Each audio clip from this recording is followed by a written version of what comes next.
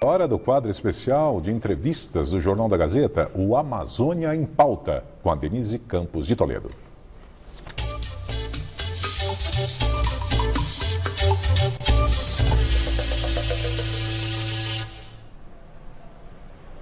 No Amazônia em Pauta de hoje, nós vamos falar da pauta ambiental no Congresso, reforma tributária verde, vamos falar também do diálogo com o agronegócio, as propostas do governo para a Amazônia e a imagem do Brasil no exterior. Eu converso com o Rodrigo Agostinho, deputado federal pelo PSB de São Paulo, presidente da Comissão de Meio Ambiente da Câmara e coordenador da Frente Parlamentar Ambientalista do Congresso. Deputado, boa noite. Boa noite, Denise. É um prazer estar falando com vocês sobre um tema tão relevante. Bem, deputado, eu gostaria de começar falando sobre a pauta que o governo vem apresentando, algumas ideias que têm causado aí muita apreensão junto aos ambientalistas, a questão do garimpo na Amazônia, em áreas de reserva dos indígenas, a preocupação toda que se tem com a flexibilização de várias regras, a não preservação de reservas, a regularização fundiária. Eu queria saber como é que o senhor vê a posição do governo e essa política oficial. Bem, vamos lá. O desmatamento das florestas tropicais, notadamente a Amazônia, e no Brasil Cerrado também, de maneira muito intensa, não é algo que vem desse governo. Nós já temos um histórico de desmatamento acelerado há um bom tempo.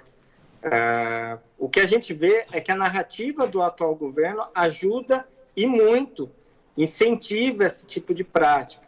Nós já perdemos na Amazônia 43 milhões de hectares para pastagens e 6 milhões de hectares na Amazônia para agricultura. Nós estamos perdendo mais ou menos 1 milhão e meio de hectares de floresta por ano. Isso é um ritmo muito grande.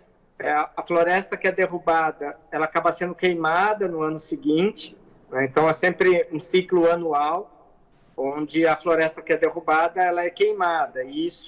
E esse fogo acaba se alastrando para as áreas vizinhas, fica sem controle. E o mundo inteiro não aceita mais isso, né? O Brasil é o país que mais derruba floresta tropical no mundo. A gente derruba de 3 a 4 vezes mais do que o segundo colocado, que é o Congo. E nós derrubamos de 7 a 8 vezes mais do que o terceiro colocado, que é a Indonésia. Acontece que o Brasil tem 20% das espécies vivas do mundo. Nós temos uma biodiversidade muito rica e o mundo não aceita mais, num período que a gente está em mudanças climáticas, o mundo está se aquecendo, os incêndios florestais são mais frequentes. O mundo não aceita que a gente continue derrubando as florestas. E as pessoas acabam achando que isso é uma ingerência de outros países. Na verdade, não é uma questão de ingerência. Na verdade, a gente precisa fazer a nossa lição de casa. A gente tem um patrimônio muito rico e a gente não pode desperdiçar tudo isso. Agora, deputado, qual que pode ser o papel do Congresso nesse processo todo? Eu citava algumas propostas encaminhadas pelo governo. Se fala, por exemplo, da necessidade de regularização fundiária de muita gente que trabalha na região próxima à Amazônia há muito tempo, tem ocupação das terras, mas vive de uma forma ilegal. Como é que o Congresso pode colaborar com isso e com outras medidas que têm sido propostas? A regularização fundiária para as pessoas que vivem nos assentamentos da Amazônia é algo importante. Mas dizer que a regularização fundiária vai combater desmatamento, isso é uma aberração, é uma bobagem. Né? Porque a pessoa que tiver a regularização do seu lote, ela vai querer desmatar o seu lote para poder plantar, para poder cultivar, enfim, para poder criar gado, que são as práticas que a gente tem hoje na Amazônia. Então, a regularização fundiária não combate desmatamento. A regularização fundiária para assentamentos é algo importante. Dependendo como ela for feita, ela incentiva um processo histórico de grilagem de terras.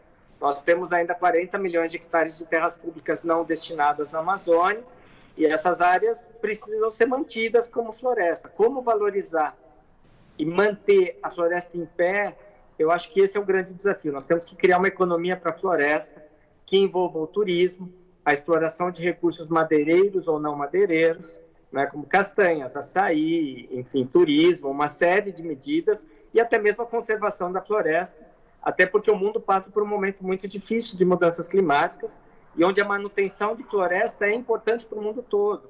O mundo tem historicamente ajudado no combate ao desmatamento, com doações internacionais, principalmente porque o mundo está preocupado. Né? Essas mudanças vão impactar na produção de alimentos, vão impactar no clima, de maneira geral, de toda a população do mundo. Agora, deputado, se o senhor vê com preocupação a regularização fundiária, a exploração de minério, garimpo na região, traria preocupações muito maiores, não?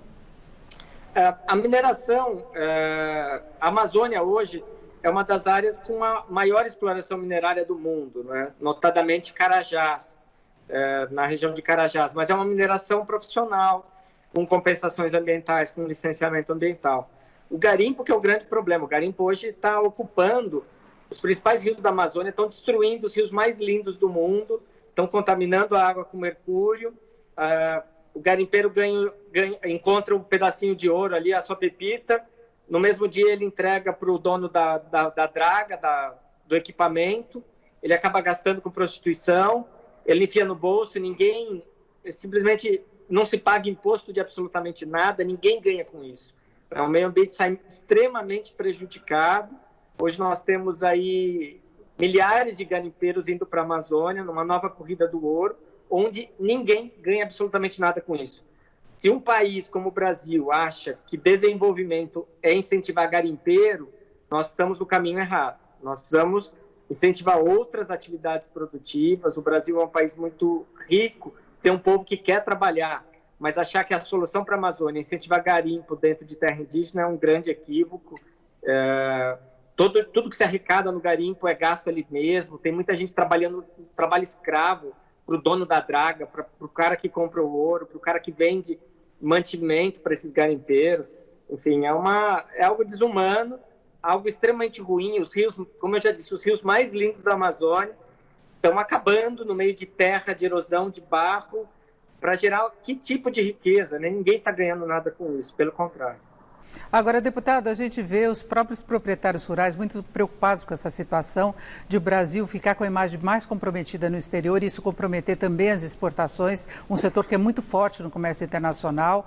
A gente vê a preocupação até do setor financeiro, a área bancária, os grandes bancos formaram um conselho para discutir a preservação da Amazônia. Agora, como é que o Congresso, eu insisto nessa posição, o Congresso pode minimizar possíveis danos, tentar ajudar no controle dessa situação que o senhor coloca como em relação ao garimpo, em relação à ocupação das terras, o que se pode fazer de concreto? O Congresso está muito preocupado, mas de maneira muito clara, é importante a gente fazer essa análise. Não é a Câmara dos Deputados que vai lá combater o desmatamento ilegal, não serão os deputados que vão lá destruir equipamento ilegal dentro de terra indígena para o garimpo. Né? Os deputados podem melhorar a legislação, podem preencher as lacunas. Nós temos várias oportunidades que nós estamos perdendo. Todo esse desmatamento está prejudicando a imagem do Brasil, está dificultando muito a entrada do Brasil na OCDE, está dificultando muito o Brasil poder ter um acordo consistente do Mercosul com o mercado europeu, com a comunidade europeia. Tenho dialogado muito com essas pessoas. O mundo inteiro está avançando na precificação do carbono, numa pauta de sustentabilidade, numa retomada mais verde no pós-pandemia. E o Brasil está na contramão, o Brasil ainda está correndo atrás das pessoas que desmataram o ano passado. Né? Então, assim, o que eu propus ao presidente da Câmara, e ele criou um grupo de trabalho envolvendo vários deputados, inclusive agora com deputados da Amazônia, é que a gente possa debater projetos onde a gente possa reduzir a impunidade, para que as pessoas que desmatam efetivamente sejam responsabilizadas, que a gente consiga segurar pautas ruins para a questão ambiental, que a gente possa melhorar a estratégia de poder valorizar a floresta nossa, a floresta em pé. Já que é um grande patrimônio, essa floresta precisa ser valorizada, porque senão ela vai ser trocada por outros tipos de produtos. O setor agrícola entendeu a importância disso. Sem a Amazônia não tem chuva na região sudeste, não tem chuva na região centro-oeste. É a chuva da Amazônia que é trazida pelos ventos, pelas correntes e pelas massas de ar e que faz chover no centro-oeste. Né? A nossa agricultura responde por 21% do PIB.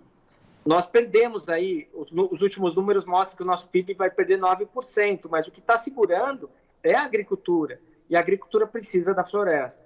Então, os agricultores, as entidades representativas têm dialogado muito com os ambientalistas no intuito da gente poder avançar nessas estratégias e conter o desmatamento. Como eu disse, na Amazônia, hoje nós já temos 43 milhões de hectares de áreas que foram desmatadas para pastagens e mais 6 milhões de hectares de áreas desmatadas para agricultura.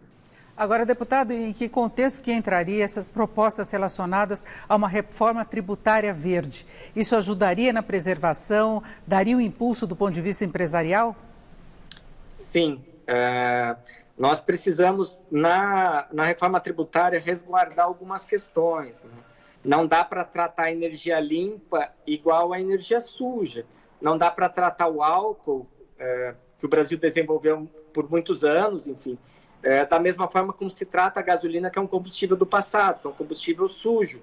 Não dá para tratar, por exemplo, os produtos oriundos da reciclagem da mesma forma que se trata os produtos feitos com matéria-prima virgem. Não dá para tratar os produtos, por exemplo, da valorização da manutenção da floresta, ou seja, a economia da floresta, da mesma forma como se trata outros setores da economia.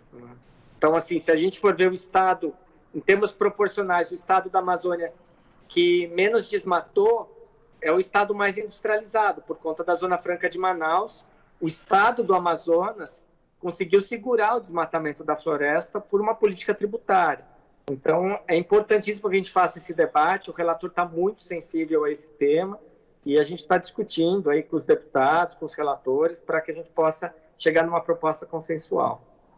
Agora, há uma preocupação não apenas com a preservação do meio ambiente, mas com a população indígena também. Eu acho que todas as discussões relacionadas à pandemia mostraram muito isso. O governo teve de se submeter a decisões da Justiça e decisões do Congresso para dar um atendimento mais específico a essa população, não é? Sim, com um esforço muito grande de alguns deputados, e notadamente da deputada indígena que nós temos hoje na Câmara, a deputada Joênia.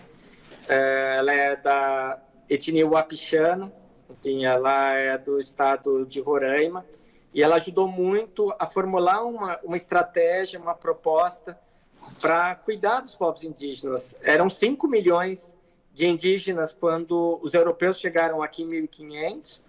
Hoje essa população está chegando, retomando, né? Tá voltando a crescer em algumas regiões, chegando a quase 1 milhão de indígenas. Mas a epidemia atingiu em cheio esses povos têm uma suscetibilidade maior, uma imunidade menor a esse tipo de situação, e a mortalidade foi muito alta junto a essas comunidades. O governo vetou grande parte do projeto, uma parte desses vetos foram derrubadas agora recentemente, e é uma grande discussão. Nós vamos parar, nós já estamos há 520 anos brigando com os indígenas, nós precisamos agora saber respeitar esses povos e tratar eles com a devida atenção. Né? É essencial que, nesse momento tão difícil que o Brasil passa de pandemia, que a gente possa avançar numa política séria de respeito aos povos indígenas. E como é que é a relação da bancada ambientalista com a bancada ruralista no Congresso? Dá para defender pautas únicas? Dá sim, é possível. A gente já brigou bastante, é bem verdade, mas cada vez mais a gente percebe que é possível sim estabelecer consensos, talvez não em todas as áreas, mas é possível encontrar agendas em comum e poder avançar. A agricultura precisa do meio ambiente. Pensar que o Brasil inteiro pode ser desmatado e tudo pode ser plantação é um grande equívoco. Não vai ter água, né? A água que está nos rios é a água da chuva. A água da chuva vem de algum lugar e o Brasil é um país abençoado por ter uma floresta tão grande e que abastece a nossa agricultura, abastece os nossos grandes rios, abastece os nossos biomas. Então, o setor da agricultura está cada vez mais prestando atenção nisso e está sendo possível avançar em uma boa parte do debate. Agora, deputado, para encerrarmos rapidamente, eu queria saber, na sua visão, o que é preciso conter em termos de mudanças que o governo vem propondo no que se refere à Amazônia, para evitar danos ainda maiores do que esses que o senhor citou? Eu acho que o Brasil precisa mudar a narrativa, né? A Amazônia tem 25 milhões de pessoas vivendo, principalmente nas capitais. O mundo inteiro tem interesse de poder ajudar, de poder trabalhar, mas as políticas precisam ser mais integradas. Nós precisamos voltar a ter um plano de combate ao desmatamento, nós precisamos ter um plano de atuação do governo federal em conjunto com os estados. Tem estados que estão incentivando muito o desmatamento da floresta. É o caso, por exemplo, do Pará e do Mato Grosso, que são os 2 estados que lideram o desmatamento hoje. Nós precisamos reverter isso com uma série de estratégias que envolvem a criação de áreas protegidas, a regulamentação dessas áreas, melhorias na fiscalização, novas concessões florestais, né, um destino para as áreas públicas. Nós precisamos, de certa forma, criar um sistema efetivo de remuneração para a manutenção da floresta, né, de pagamento de serviços ambientais para as áreas privadas, né, e de conservação para as áreas públicas. E isso precisa acontecer. Né?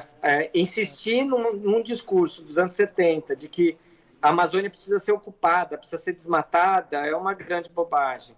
Né? As áreas que concentram hoje os maiores índices de desmatamento não são nem de perto as áreas mais desenvolvidas do Brasil. Pelo contrário, são áreas muito pobres. Então, nós precisamos mudar a estratégia. O governo vem aos poucos percebendo isso, enfim, tem colocado, por exemplo, o próprio vice-presidente para ajudar nesse trabalho, mas nós precisamos de um fortalecimento maior das estruturas ambientais, precisamos continuar insistindo no comando e controle, mas buscar outros caminhos para a manutenção da floresta e para a valorização dela. Isso, eu conversei aqui com o Rodrigo Agostinho, que é deputado federal pelo PSB de São Paulo, presidente da Comissão de Meio Ambiente da Câmara e coordenador da Frente Parlamentar Ambientalista do Congresso. Deputado, muito obrigado, uma boa noite. Boa noite, Denise, é um prazer falar com você. Esse é um tema realmente apaixonante. O Brasil tem uma grande biodiversidade e nós temos que fazer a nossa lição de casa. Um abraço a todos vocês e parabéns pelo programa. Obrigada. E o Jornal da Gazeta termina aqui. Nós voltaremos